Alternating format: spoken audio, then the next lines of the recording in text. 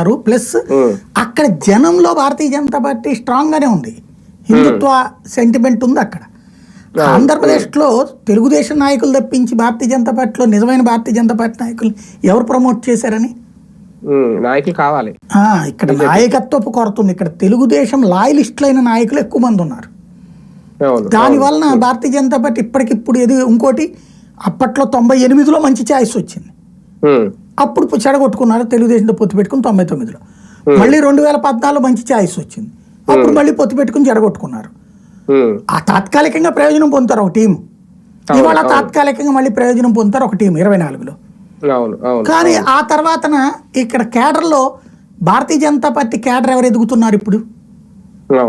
ఎదుగుతున్నటువంటి వాళ్ళు ఈ బయట నుండి వచ్చినటువంటి వాళ్ళు ఎవరైతే ఉన్నారో వాళ్ళు వాళ్ళ కేడర్ను కూడా తెచ్చుకుంటారు. తెలుగుదేశం నుంచి వచ్చిన వాళ్ళు లేకపోతే ఇతర పార్టీల నుంచి వచ్చినటువంటి వాళ్ళు చూసుకుంటారు. రేపు పొద్దున తేడా వచ్చినప్పుడు అవతలకి వెళ్ళిపోతారు. బీజేపీ ఆత్మతో పనిచేసే నాయకులు ఎవరున్నారు? అలాంటి కసితో పనిచేసేటటువంటి నాయకత్వాలతో పాటు ప్రజల్లో ఆ కసితో తిరగగలగాలి. అలా తిరగగలిగే లీడర్లు మళ్ళీ ఎప్పటికి తయారవుతారు? ఎందుకంటే అధికారంలో ఉన్నప్పుడు తయారవడం కష్టం, అది కూడా ఒక సమస్య ఉంటుంది. సార్ ఫైనల్ గా ఒకటి, మహారాష్ట్ర రాజకీయాలకు సంబంధించి మొత్తం మోడీ డెసిషన్ అయినా మహాయత కూటమి బేటలు వారకుండా జాగ్రత్తలు తీసుకోవడంలో ఎవరు కీలక పాత్ర పోషించారు అనుకోవాలి? బీజేపీ అమిత్ షా తయారు చేసే స్కెచ్ కి మోడీ టిక్ కొడతాడు అంతేనా? మోడీ ఏమి చేయడు. అది అమిత్ షా నిర్ణయం తీసుకుని ఎట్లా అండి అని చెప్తాడు, ఓకే అంటాడు ఆయన, ప్రొసీడ్ అంటాడు. ఏమన్నా చిన్న మార్పులు ఏమైనా కావాలంటే చెప్తాడు.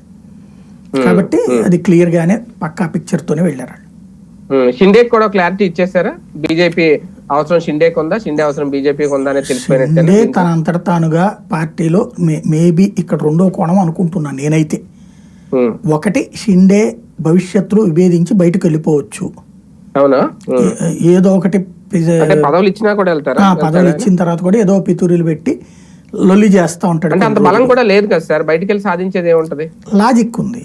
ఇప్పుడు ఇలాగే కంటిన్యూ అయిపోతే భవిష్యత్తు మళ్ళీ రేపు పొద్దున ఉద్ధవ్ థాకరేలు పుంజుకోవచ్చు కదా.